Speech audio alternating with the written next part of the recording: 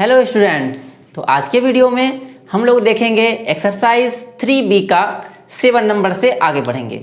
पिछले video lecture में हम लोगों ने द्विघात समीकरण का एक्सरसाइज 3A कंप्लीट कर लिया था और 3B को भी स्टार्ट कर लिया था और द्विघात समीकरण का जितना भी बेसिक कॉन्सेप्ट था उसको भी हम लोगों ने पढ़ लिया था। अब इस वीडियो में हम लोग 7 नंबर से आगे बढ़ते हैं। तो क्वेश्चन है 7 नंबर कि 5x² - 4x + 2 = 0 है, तो इसके मूलों की प्रकृति हम लोगों को ज्ञात करनी है।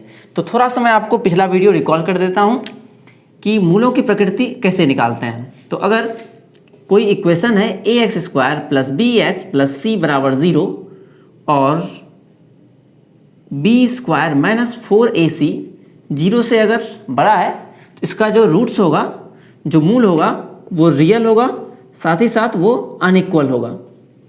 ठीक है। और अगर b² - 4ac 0 के बराबर हो जाएगा तो ये क्या होगा, रियल तो होगा ही, साथ ये इक्वल भी होगा। और तीसरा और द लास्ट कंडीशन जो था b² - 4ac < 0 अगर हो जाए तो यहाँ पर हम लोग को रूट्स जो मिलेगा वो इमेजनरी रूट्स मिलेगा।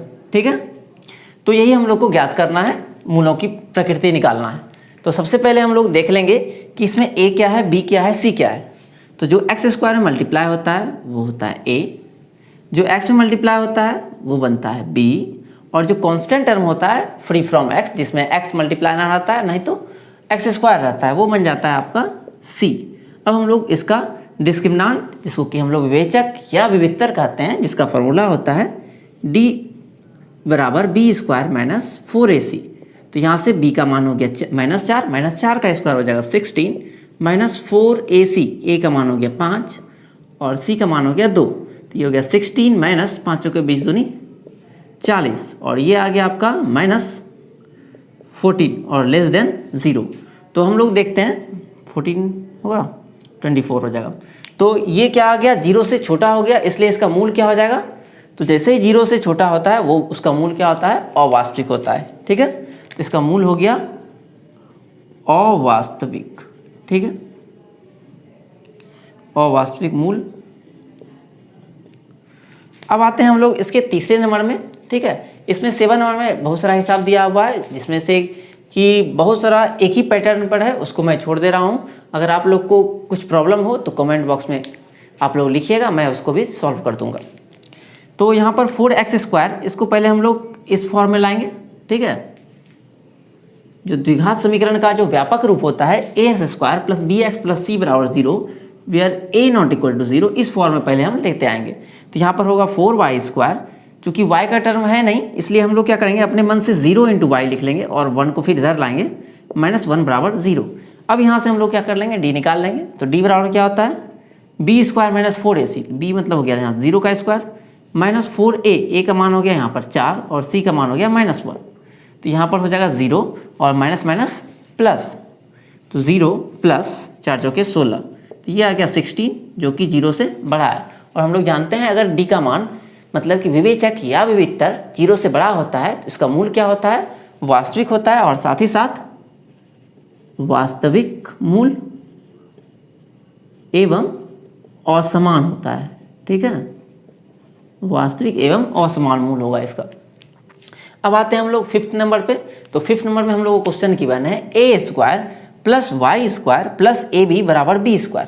तो यहाँ पर y में क्वाड्रेटिक इक्वेशन हम लोग को गिवन है, तो इसको एक स्टेप फिर से हम लोग सॉल्व करेंगे। a² + y² ab y - b² = 0। तो यहाँ पे हम लोग निकालने की कोशिश करते हैं d।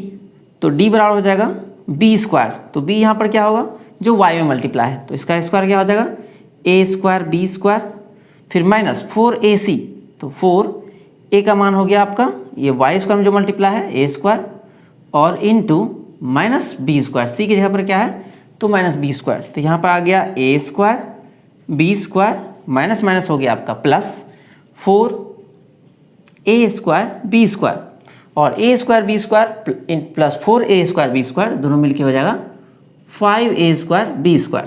और ये 0 से हमेशा क्या होगा, बड़ा आएगा, क्योंकि कोई भी नंबर हो उसका स्क्वायर करने पर वो हमेशा पॉजिटिव वैल्यू देता है। इसलिए a का मान कुछ भी हो, नेगेटिव या पॉजिटिव, इसका स्क्वायर क्या होगा, हमेशा पॉजिटिव होगा।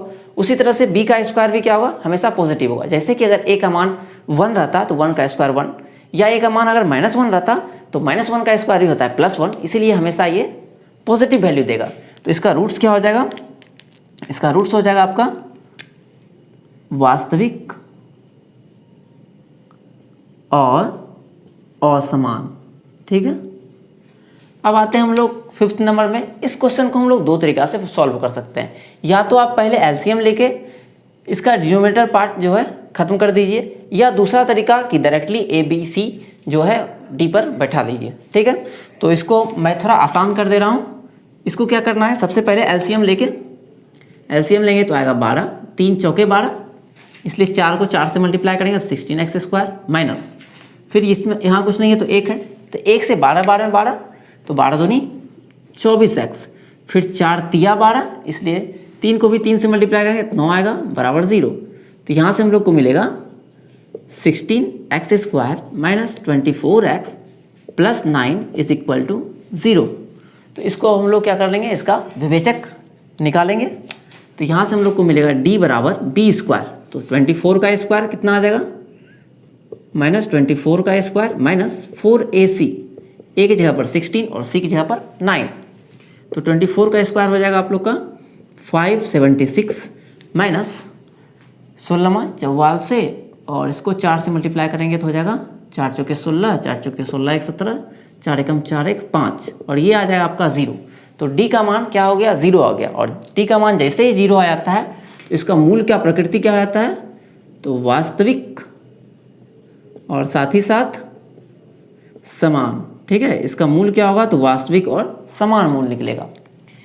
अगला क्वेश्चन है हम लोग का कि √2x² माइनस x माइनस √2 बराबर 0, इसके मूल की प्रकृति हम लोग को ज्ञात करनी है।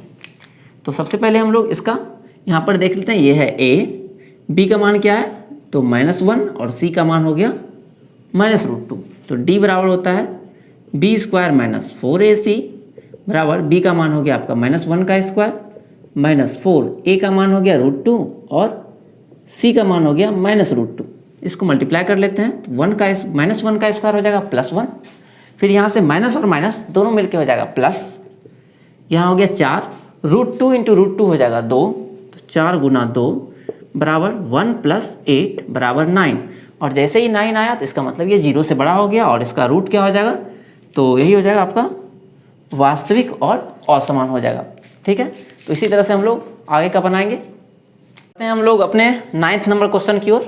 तो यहाँ पर दिया हुआ है, इसमें सबसे पहले आप लोग देख लीजिए कि ये हो जाएगा हम लोग का a जो कि x² मल्टीप्लाई है, ये बनेगा हम लोग का b, यहाँ पर सॉरी x होगा, ठीक है ना, यहाँ पर x है, तो ये बनेगा हम लोग का b और ये बनेगा c।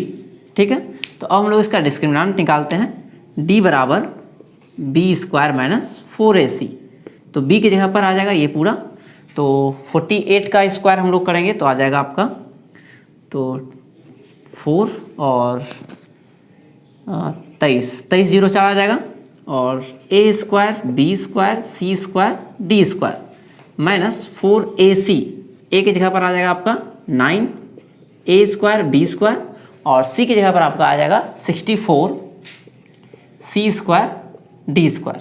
इसको फर्दर हम लोग सॉल्व करेंगे तो 304 a² b² c² d² is equal to, यहाँ से हम लोग को मिल जाएगा 9 चौके 36, 64 इंटू 34 हम लोग कर लेते हैं, 6 चौके 24 और 4 के 36 2 38, 4 तिया 12, 6 तिया 18 1 19, ये 4 0 3 12 1 13 और ये 2, तो ये भी आ गया आपका 23 0 4 और a² b² c² और d²।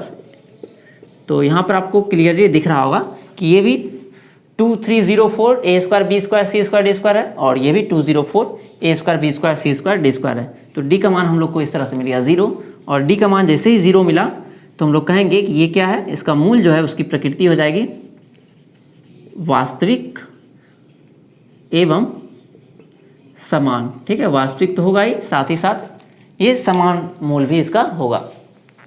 अब हम लोग 8 नंबर पर आते हैं। 8 नंबर क्वेश्चन में दिया हुआ है कि अगर कोई क्वाड्रेटिक इक्वेशन है, अगर इसका मूल वास्तविक है तो वो हम लोग को निकालना है। तो सबसे पहले हम लोग इसका विवेचक निकालेंगे। अगर उसका मूल वास्तविक होगा तो हम लोग फिर सिद्धाचार्य नियम लगा के आगे को बढ़ेंगे। तो सबसे पहले हम लोग इसका डी निकालेंगे। ठीक है, डी का फॉर्मूला क्या होता है, बी स्क्वायर माइनस 4ac। तो यहाँ पर b का मान क्या है, तो चूंकि x का टर्म इसमें है नहीं तो b बराबर हो जाएगा आपका यहाँ पर 0 का स्क्वायर माइनस 4, a के जगह पर है 4 और c के जगह पर है आपका -9। तो यहाँ से मिल जाएगा माइनस माइनस प्लस और 4 चुके 16 44 144 और ये हो गया 0 से बड़ा, इसलिए इसका मूल क्या हो जाएगा, वास्तविक और असमान। तो अब हम लोग इसका सीधाचार्य यहाँ पर लगाएंगे। तो x बराबर हम लोग को मिलेगा -b plus minus B square minus 4ac divide by 2a। आप लोग को ये फॉर्मूला याद होगा ही, 4ac। तो माइनस बी के का मान यहाँ पर क्या है, तो 0 है, plus minus B square minus 4ac का मान हम लोग ऑलरेडी यहाँ पर निकाल चुके हैं, जो कि आया हुआ है 144। तो यहाँ हो गया 144 डिवाइड बाय 2a और a का मान कितना आया है, तो 4। तो ये आ जाएगा आपका 12, ये आ गया 8। तो इसको हम लोग जो है ब्रेक कर लेंगे। तो 4 दूनी 8, 4 तिया 12, तो 3/2 आ जाएगा। अब हम लोग आते हैं 4th नंबर पर। तो इसमें भी सबसे पहले हम लोग निकालेंगे इसका डी निकाल लेते हैं। तो डी बराबर आ जाएगा बी स्क्वायर माइनस 4ac। तो बी का स्क्वायर मतलब -6 का स्क्वायर, तो आ गया 36 माइनस 4ac। तो 4 तिया 12 दूनी 24, ठीक है, और माइनस माइनस हो जाएगा आपका प्लस। इसको ऐड करेंगे तो मिल जाएगा हम लोग को 6 4 10 और 3 2 5 1 6। ये आ जाएगा हम लोग का 60 डी का मान। अब यहाँ से हम लोग रूट्स निकालेंगे। तो x बराबर माइनस बी की जगह पर आ जाएगा माइनस माइनस प्लस 6 बन जाएगा, बी स्क्वायर माइनस 4ac। तो बी स्क्वायर माइनस 4ac का मान हम लोग यहाँ निकाल चुके हैं, 60 डिवाइड बाय आपका 2a। तो 2 गुना -2 बराबर हो गया 6 प्लस माइनस ये 60 का हम लोग जो है ब्रेक कर लेंगे। तो 60 जब आप लोग ब्रेक कीजिएगा तो आप आएगा 12 पंचे 60 होता है। तो 2 गुना 2 गुना 3 गुना 5, ठीक है। तो यहाँ से 2 2 है तो 1 2 निकल जाएगा बाहर और रूट के अंदर रह जाएगा आपका 15, रूट 15 डिवाइड बाय -4। तो यहाँ से हम लोग 2 कॉमन ले लेंगे तो यहाँ बचेगा 3 plus minus root 15 divide by -4 और यहाँ 2 से 2 बार में कट गया और आंसर आ गया हम लोग का 3 प्लस माइनस रूट 15/2, ठीक है। तो इसको आप यहाँ से अगले स्टेप में इसको कट गया तो बच जाएगा हम लोग का 3 प्लस माइनस रूट 15/2। तो बढ़ते हैं हम लोग अपने अगले क्वेश्चन की ओर। तो अब देखते हैं हम लोग 8 का 13 नंबर क्वेश्चन। तो इसमें सबसे पहले हम लोग देखेंगे कि b का a बराबर क्या है, तो √7 है। b का मान क्या है, तो -6 है और c का मान है आपका -√13। अच्छा, यहाँ पर y आ गया है, y है या नहीं क्वेश्चन में देख लेता हूँ एक बार। नहीं, यहाँ पे 7 है, ठीक है। तो यहाँ पर c का मान क्या हो गया, 13√7। अब यहाँ पर हम लोग d निकालते हैं। d बराबर b स्क्वायर माइनस 4ac। तो b का स्क्वायर 6 का स्क्वायर हो जाएगा आप लोग का 36, ठीक है। और उसके बाद 4ac, a का मान है √7 और b का मान है -13√7। तो ये हो गया 36, 4 √7 इंटू √7 हो जाएगा आपका 7, ठीक है। और ये हो गया 13 और साइन हो जाएगा माइनस माइनस प्लस। तो 36 प्लस 7 28 और 28 गुना हम लोग 13 कर लेंगे।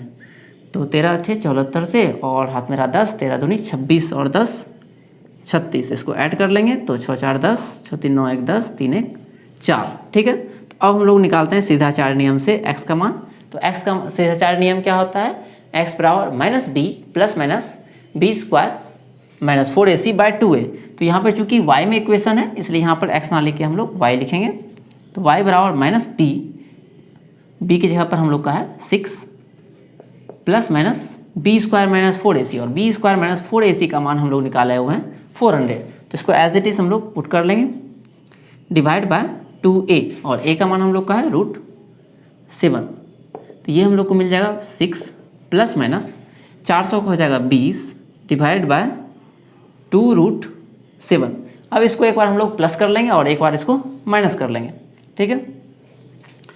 तो यहाँ से देयरफॉर y बराबर 6 + 20/√2√7, तो मिल जाएगा 26/2√7, यहाँ से काट लेंगे 13, तो 13/√7 एक वैल्यू आ गया। दूसरा वैल्यू हम लोग एक बार सब्सट्रैक्ट कर लेंगे, 6 - 20 / 2√7, यहाँ आ जाएगा -14 बराबर 2√7, 2 से कट जाएगा ये 7 बार में, ऊपर बच जाएगा -7 और नीचे बच जाएगा √7। इसको अगर हम लोग रेशनलाइज कर ले, मतलब ऊपर नीचे √7 से अगर मल्टीप्लाई कर ले, तो यहाँ से √7 टाइम्स में ये कैंसिल हो जाएगा और हम लोग को मिल जाएगा यहाँ से -√7। ठीक है, तो अगला क्वेश्चन हम लोग देखते हैं, x² - x + 2 बराबर 0। तो यहाँ पर हम लोग फिर से d निकालते हैं। तो यहाँ पर a का मान क्या है, तो 1 है, b का मान क्या है, तो -1, x में -1 गुना है, और c का मान क्या है, तो 2 हो गया। तो d बराबर b² - 4ac, तो यहाँ पर हो गया b², तो b का स्क्वायर हो गया 1 का स्क्वायर 1 -4ac, a का मान हो गया आपका a और c का मान हो गया 2, तो यहाँ से आ गया 1 - 8 विच इज़ इक्वल टू -7। और अब d का मान हम लोग का क्या आ गया, ये आ गया आप लोग का 0 से छोटा। और आप लोग को पता होगा कि अगर विवेचक जो है उसका मान 0 से कम आ जाए, इसका मूल क्या होता है, तो अवास्तविक होता है। ठीक है, इसका मूल हो गया अवास्तविक, और जिसको कि हम लोग इसका वास्तविक वैल्यू नहीं निकाल सकते हैं, इसीलिए हम लोग इसको यहीं पर छोड़ देंगे। ठीक है, तो अब मिलते हैं हम लोग अगले वीडियो में, तब तक के लिए नमस्कार। आप इसी तरह से हमारे साथ बने रहिए।